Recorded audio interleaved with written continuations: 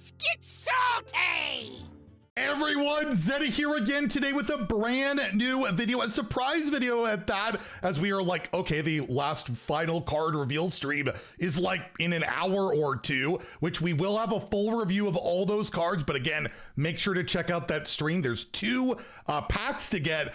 Besides that, though, we got this Cataclysm community events and balance patch preview. We know what the balance changes will be when that expansion patch goes live next Tuesday. We don't know the wild reverts, but they want to get ahead of the theory crafting event on Thursday where the balance changes will be live. So we're going to go over all the changes to Elise, Blob of Tar, other cards. There's some concerns, but overall, I think it's pretty good patch. So we'll talk about it. And of course, we still have our giveaway going on for 2 regular pre-orders and 2 mega bundles for Cataclysm. To enter that giveaway, like and comment in the video, link down description below, the one with that thumbnail over there. Be subscribed to the channel. Every 1,000 subs we get until next Tuesday when we do that rewards track refresh video, I will add another mega bundle. So hit that sub button, make me go broke. So yeah, we have the theory crafting streams, the final card reveal stream. We've talked about all that stuff, although I will mention they did list the rules for the pre-release brawl. I'll go quickly over them, where Cataclysm across the timeways, the event set pre-rotation, the core set pre-rotation, no, Shadow Step will still be there, and free temporary access to Deathwing hero card for the duration of the event. And the banned cards will be all the Across the Timeways legendary cards, all the Echoes of the Infinite mini set imbue cards, Twilight Time Hopper, Flux Revenant, Crusader Aura, Deja Vu, and Bob the Bartender. So they don't want you copping up, I guess, Colossals and all of that. So the rules are there, and there'll be like achievements to get packs and stuff like that. But let's go to the balance changes. I'm sure that's what you guys really want to know about. How good are they? How bad are they? Let's go through the dev comment here of to give Deathwing the truly cataclysmic entrance he deserves. We are dialing back a few standout cards from previous expansions to raise the established meta and make room for new cards and strategies. Elise the Navigator is receiving the most significant updates across her kit, and Ursine Maul is also receiving a notable reduction in power, while the rest of the balance changes are on the lighter side. Our goal is for these cards to take a step back in the meta rather than disappear from it entirely. We hope you enjoy trying out new cards in this refreshed landscape as we kick off a new year of Hearthstone. So you can see there are a lot of changes to Elise. The locations go down to 2 durability. You will only get 2 durability on locations, 2 uses. And because of that, the death rattle, the damage effect, they also nerfed on top of that. So the 10 cost location will deal 5 damage from 10. The 5 cost location will deal 3 from 5. And the 1 cost location will deal 1 from 3, because you're going to be breaking that location sooner, which is a buff to the death rattle, so they had to nerf it as a result. Nesting grounds, the raptors with rush get significantly dialed back, where the 10 cost location will only summon 4 raptors and the 5 cost location will only summon 2 raptors. So makes defending the board a lot worse. And you know, when you get the +2 attack, it like amplifies even more. That will scale it back, make it less defensive as well as less utility by having less durability. And the big one, no, they're not removing copy. What they're doing is the 10 mana 10/10 copy is now a 5/5. The 5 mana copy is now a 3/3, and you can no longer get a 1 mana copy, reminiscent of the old Kazakus, and you couldn't get 1 mana polymorph. You can no longer get 1 mana copy, so it'll be less flexible in trying to copy up a Colossal, but you can still do it. The stats are not super relevant on copying most of the time, so copy is definitely going to have a say if Elise is still good enough, but it's hard to say how good she'll be with 1 less durability and less flexibility in those rushers. But everything else stays the same.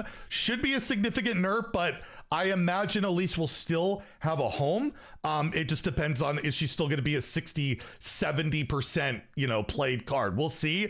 I'm glad they're making the adjustments. I almost wish copy was gone. The way it interacts with Colossals, it looks really spooky. Blob of Tar dies for Ravenous Fellhunter Sins, although it's way too good at 4 regardless. But yes, it goes to from 4 mana to a 5 mana 4/4, and you'll note the Death Rattle now summons a 2/2 blob with poisonous and a 2/2 blob with taunt. So everything gets a stat boost on top of it. So this card at 5 makes Sludge Belcher look even worse, but it's worse. You can't bring it back with Ravenous Fellhunter, although you can bring it back with the 7-drop, so there's that. And we do have a dev comment here of, while neutral outliers were a focus in this patch, we still believe there's an important place for strong mid-game defensive tools like Blob of Tar, reducing its overall power level and breaking up its repetitive play pattern with Ravenous Fellhunter, while also providing a compensatory buff to support its board-focused role.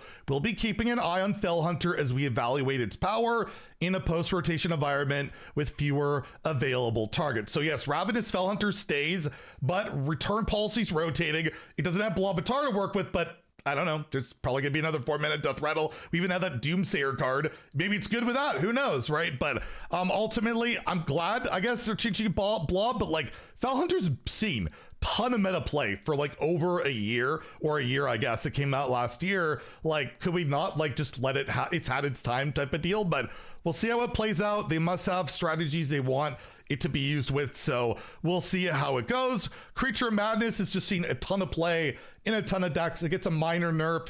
It goes from a 1/2 to a 1/1, so it doesn't like value trade with like 1/1 tokens, making it slightly worse, but still probably a card that will see plenty of play. I guess they nerf Prescient Slither Drake. It's no longer the funny stat line. It's now a 6/8, so it's still a turn 4 6/8 with elusive. I guess it's slightly more killable, but I would have loved to see a bigger change. I would have loved to see a bigger change, maybe a mana increase rather than the stat decrease. We'll see. But yeah, Dragon Warrior is losing cards while also gaining cards, and they also nerfed a Stone Carver, where it no longer can buff itself.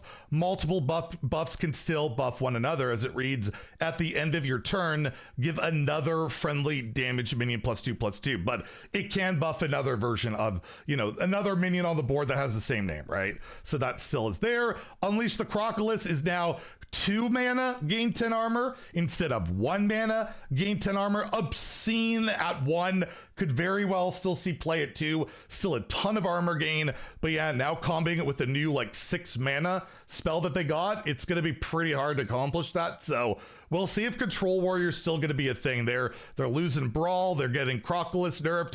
I feel like Ragnaros might be taking over the Warrior gameplay route. Ursun Maul just got destroyed. This card is so much worse now. Now, instead of drawing your highest cost card, you just draw a card. So it's a decent weapon at 4 mana, deal 8, but you're not tutoring either Gelbin or Ursal. It's just a random card. So now Paladin's consistency is way down, and they also lost the 4-drop. I believe that was Perils that would draw your highest and lowest cost card. So now Paladin can't tutor everything. So I'm glad that they made that change. It was really boring and frustrating to watch a Paladin curve into the same crap every single game, but I do imagine that this card is pretty dead. But I mean, 4 mana draw 2, not the worst, deal 8, maybe it sees a bit of play, but yeah, that is a huge hit to that card.